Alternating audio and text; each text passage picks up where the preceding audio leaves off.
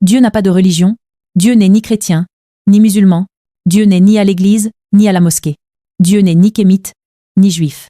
Dieu n'est ni un ancêtre, ni dans un temple. Dieu ne se trouve pas dans les rituels. Dieu ne s'enseigne pas. Il se vit. Dieu n'exclut personne. Dieu ne choisit pas de camp. Pourquoi vous le faites? Dieu ne se soumet à aucun pape, imam ou rabbin. Dieu n'a pas besoin d'intermédiaire. Dieu ne recrute personne. Tu n'as jamais rencontré Dieu, seulement des croyances. Dieu n'a jamais fondé d'institution. Le vrai Dieu ne franchit jamais les portes d'une église. Dieu n'a pas de religion. Mais nous, si. Plus tu défends ta religion, plus tu t'éloignes de Dieu. Tu protèges ta foi, pas la vérité. Dieu n'a jamais demandé d'être défendu. Il n'y a pas de Dieu chrétien, musulman ou juif. Vous priez juste des égrégores puissants. Les temples sont vides. Et Dieu est partout. La vérité n'appartient à aucune religion. Dieu ne siège pas dans vos doctrines. Vous croyez défendre Dieu? Vous défendez juste votre ego. Dieu ne s'apprend pas. Il se reconnaît. Le divin ne reconnaît aucune frontière.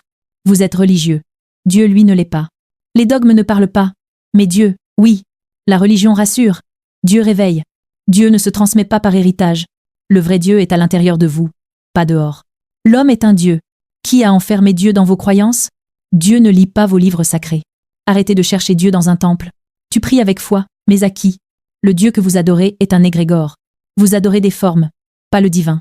Dieu ne choisit pas de peuple élu. L'infini ne se limite pas à vos frontières mentales. Dieu n'a pas de nationalité, pas de langue, pas de race. Vos religions vous divisent, Dieu vous unifie. Les vraies prières ne passent pas par des rituels. La spiritualité n'a pas d'étiquette. Le silence intérieur vaut plus que 1000 dogmes. Le sacré ne se vote pas en concile. Dieu n'est pas une identité. La spiritualité n'obéit à personne. Les croyances sont humaines, pas divines. La vraie foi commence là où les religions s'arrêtent. Les religions parlent de ciel, Dieu est ici. Vous cherchez Dieu à l'extérieur, il est à l'intérieur. Tu n'as jamais perdu Dieu, tu t'es perdu toi. Avant même que les mots n'existent, avant que les doctrines ne structurent nos pensées, avant que l'homme n'érige ses temples et ses lieux de culte, il y avait le divin. Et ce divin, il est libre. Il ne connaît ni frontières, ni langue, ni appartenance. Il n'est ni chrétien, ni musulman, ni juif. Il ne se trouve pas dans l'or d'une église, ni dans la pierre d'une mosquée, ni dans l'encens d'un temple. Comme le dit Hermès Trismégiste, ce qui est en haut est comme ce qui est en bas, et ce qui est en bas est comme ce qui est en haut. Dieu, avant toute forme, avant toute étiquette, est l'unité pure, l'énergie qui traverse toute vie. L'homme, lui, a besoin de cadres. Depuis la nuit des temps, il a voulu enfermer l'infini dans des concepts, capturer l'éternel dans des rituels, créer des frontières là où il n'y en a pas. Les religions sont nées de cette peur humaine, peur de l'invisible, peur de l'imperceptible, peur du vide intérieur. Elles ont organisé, codifié, divisé. La conscience, elle, cherche l'unité. La religion, trop souvent, impose la séparation. Ramana Maharshi disait « Tant que vous adorez des formes, vous resterez esclaves de ceux qui les contrôlent. » Et c'est exactement ce que nous observons depuis des millénaires. Les formes églises, mosquées, livres sacrés, rites deviennent des cages. Imaginez un instant un océan. L'eau est une, libre de couler, de refléter le ciel, de se mêler à la pluie et au vent. Et pourtant, l'homme a construit des canaux, des digues, des réservoirs. Il a tenté de contenir l'infini dans des limites humaines. Les religions ont fonctionné de la même manière. Elles ont canalisé l'expérience divine dans des frontières mentales et culturelles. Le divin, pourtant, ne connaît aucune frontière. Il n'a pas besoin de passeport ni de doctrine. Il ne demande pas d'allégeance à une terre ou à un peuple particulier. Considérons la Kabbale et le Kybalion. Elles enseignent toutes deux que le tout est infini, que l'unité traverse chaque particule de l'univers, et que tenter de limiter cette énergie, c'est méconnaître sa nature. Dieu ne peut être réduit à un système mental, à un dogme imposé. Il ne parle pas en lois humaines. Il vibre à travers la vie entière, à travers la lumière et l'ombre, le souffle du vent, la sève des arbres, et le cœur battant de chaque être humain. Il est crucial de comprendre ceci. Lorsque nous croyons défendre Dieu en défendant notre religion, nous ne défendons pas Dieu. Nous défendons notre vision locale et limitée de ce qu'il pourrait être. Nous adoptons les conventions de notre culture, les récits transmis par nos ancêtres, les habitudes apprises à l'école, dans nos familles, dans nos communautés, et tout cela crée une illusion très subtile, celle de posséder Dieu, de contrôler l'infini. Mais comment un Dieu véritablement illimité pourrait-il jamais valider des frontières mentales, des lois humaines ou des étiquettes imposées? Platon, dans ses dialogues sur l'idée du bien, nous rappelle que le divin n'est pas ce que l'on peut définir par des mots ou contenir dans des temples. Le bien est ce vers quoi tout tend, mais que l'on ne peut saisir entièrement. Et en effet, Dieu n'est pas un territoire, ni une nationalité, ni une langue officielle. Il ne désigne pas un peuple élu pour recevoir sa faveur exclusive. L'idée même d'un Dieu jaloux, ou exigeant la conquête d'autres peuples, est une construction humaine, née de l'ignorance et du pouvoir. L'histoire, malheureusement, regorge de ces illusions. Les conciles, les guerres saintes, les textes sacrés, interprétés pour dominer ou asservir. Tout cela témoigne moins du divin que de la manière dont l'homme confus tente de se rassurer en limitant l'infini à son petit monde. Comme le dit Nisargadatta Maharaj, Dieu est ce que vous êtes, avant que le monde ne vous impose un nom. Avant que le monde n'impose des croyances, Dieu est liberté, lumière, conscience pure. Et c'est là que commence le véritable voyage. Comprendre que Dieu n'a pas de religion. Comprendre que la conscience, et non les dogmes, unit l'univers. Que ce que nous appelons divin ne se trouve pas dans la pierre ou le papier, mais dans l'expérience immédiate de la vie, dans la perception de l'unité derrière toutes les formes. Car avant toute étiquette, avant tout rite, avant toute croyance, Dieu est nous, dans notre essence même, avant que le monde ne nous étiquette. Dieu est illimité et libre. Observer l'homme, c'est être fascinant, complexe et fragile, et la manière dont il a été conditionné.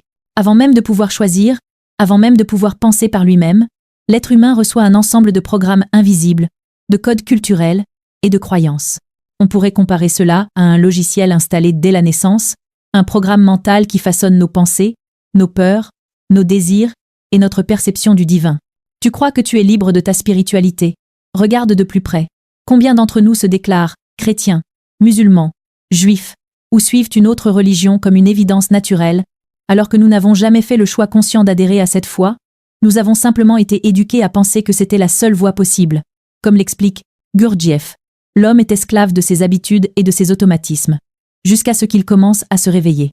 Et qu'est-ce que ce réveil, sinon la prise de conscience que nous ne défendons pas Dieu, mais une version limitée, locale, humaine du divin? Chaque tradition, chaque école, chaque culture a façonné une image particulière de Dieu, comme si l'infini pouvait tenir dans un cadre humain. L'ego, avide de sécurité et de reconnaissance, s'approprie cette image, la défend avec passion et y voit sa propre identité. Je suis chrétien, je suis musulman, je suis juif. Mais en réalité, ce que nous défendons, ce n'est pas Dieu. Nous défendons notre sentiment de sécurité, notre besoin de faire partie d'un groupe, notre peur de nous perdre dans le vide de l'expérience pure. Imagine une graine plantée dans un sol particulier. Le sol lui donne des nutriments, des limites, des formes. Il influence sa croissance et sa manière de se développer. L'éducation religieuse fonctionne de la même manière. Elle nourrit, mais elle canalise et limite. Elle installe des croyances qui deviennent des automatismes. Tu pries parce qu'on t'a appris à prier. Tu vénères parce qu'on t'a appris à vénérer.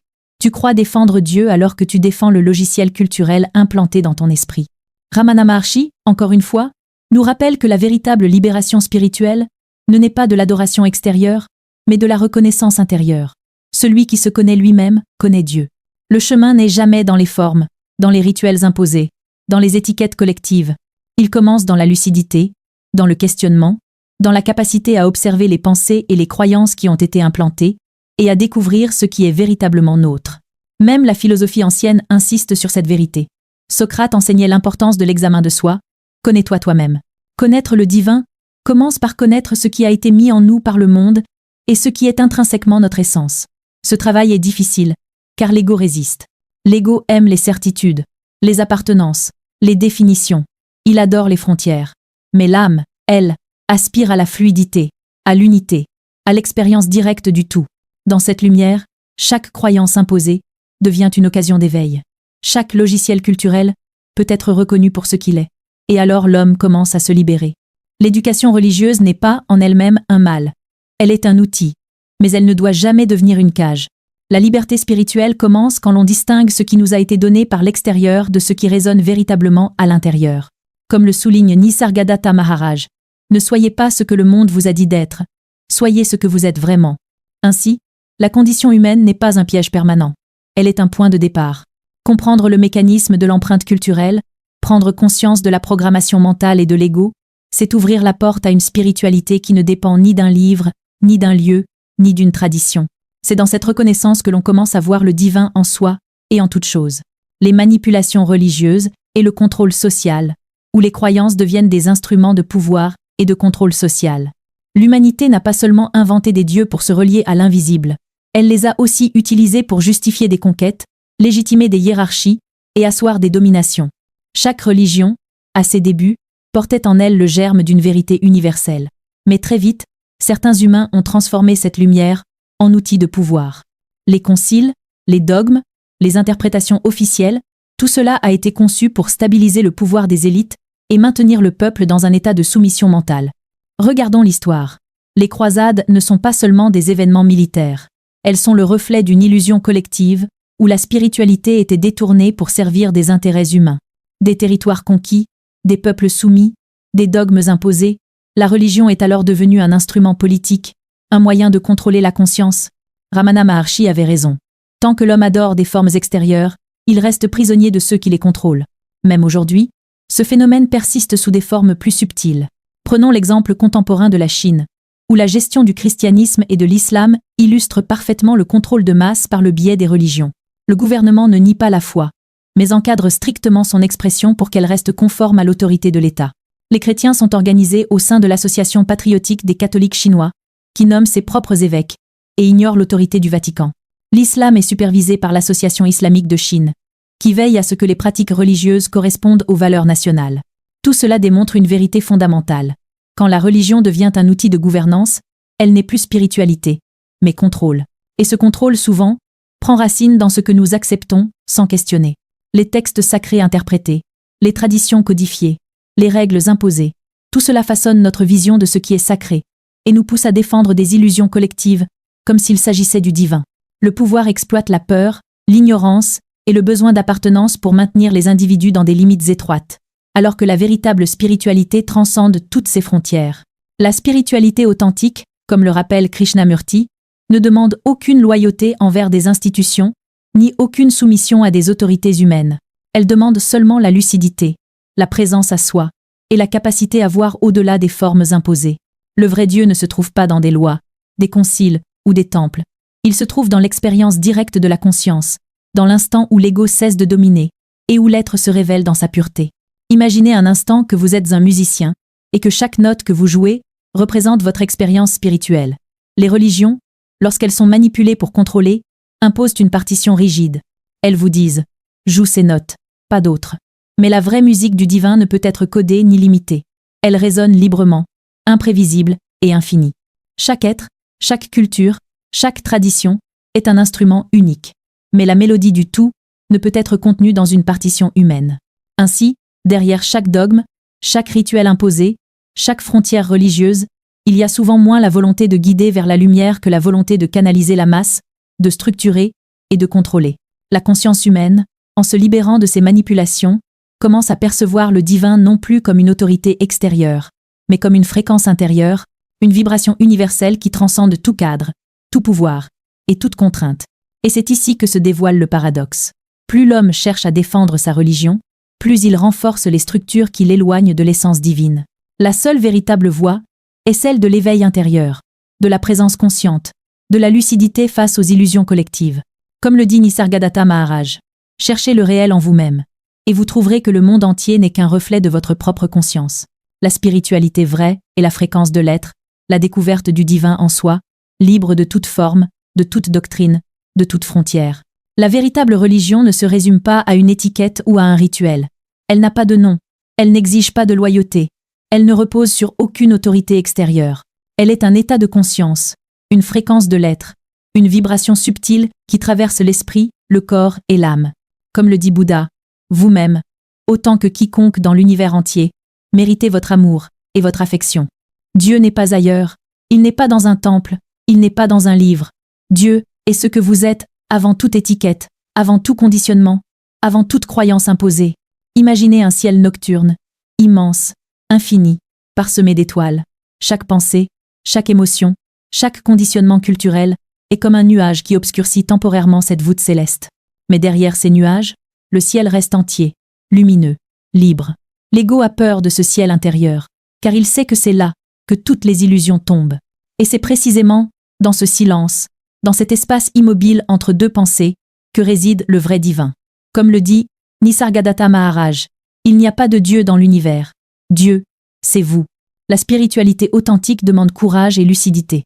Elle exige que l'on mette de côté les défenses de l'ego, que l'on cesse de s'identifier à des rôles, des titres, des croyances, Elle nous demande d'ouvrir un espace intérieur où la lumière peut circuler librement. Ici, il n'y a ni supérieur, ni inférieur, ni élu, ni exclu. Tout est uni, tout est vivant, tout est sacré. C'est dans cette transparence que le divin se révèle, non pas comme un objet à adorer, mais comme l'expérience directe de la présence en soi. Prenons un exemple concret. Lorsque vous observez votre respiration, votre corps, vos sensations, et que vous le faites sans jugement ni attachement, vous entrez dans cet espace de présence. Chaque souffle devient une méditation, chaque battement de cœur un temple vivant. La spiritualité ne demande pas de suivre un dogme, elle demande d'être attentif, conscient, connecté à la source en vous. Comme le dit Ramana Maharshi, cherchez le soi au-delà des formes, et vous trouverez l'infini. Cette fréquence de l'être transcende les frontières de la culture, de la langue, de l'histoire. Elle se retrouve dans les enseignements de la Kabbale, dans la philosophie de Platon, dans la méditation silencieuse de Lao Tseu, dans le souffle intérieur enseigné par Sri Aurobindo et Ramana Maharshi. Toutes ces traditions, à leur essence, pointent vers la même vérité. Le divin n'est pas un objet extérieur, mais l'expérience immédiate de l'unité. Alors, à quoi servent les temples, les églises, les mosquées, les rituels? Ils peuvent guider, rappeler, inspirer, mais ils ne sont pas le divin lui-même. Ce que vous appelez Dieu est vivant à l'intérieur de vous, et tout ce qui reste à l'extérieur n'est qu'un symbole, utile seulement, tant qu'il vous renvoie vers cette expérience intérieure. Comme le dit Krishnamurti, la vérité n'est jamais dans les mots, elle se vit dans la conscience. En vous libérant des illusions, des conditionnements et des manipulations, vous découvrez la véritable spiritualité, celle qui n'a pas besoin de frontières, de prêtres, d'autorité ou d'étiquettes, celle où la lumière circule librement, où l'ego s'efface, et où la conscience devient le temple vivant. C'est là que le divin cesse d'être un concept et devient une expérience, une fréquence, un souffle, une présence intime et totale. Souvenez-vous, Dieu n'a pas de religion. La seule véritable voie est celle de la présence intérieure, de la lucidité, de la transparence de l'ego. Tout le reste temple, doctrine, concile n'est que reflet, guide ou illusion. Comme le dit Alan Watts, vous n'êtes pas une goutte dans l'océan, vous êtes l'océan tout entier dans une goutte. C'est cette vérité que nous pouvons vivre ici et maintenant, dans l'expérience directe de notre propre existence, libre, illimitée et sacrée. Tu n'es pas ici par hasard. Dans la spiritualité, il n'y a pas de pitié. Tu comprends les lois de l'univers, ou tu les subis. Soit tu vis, soit tu respires. Tu ne peux pas échapper à ce que tu es. Ici, c'est pas la morale qui décide. C'est la vibration. Il n'y a pas pitié dedans.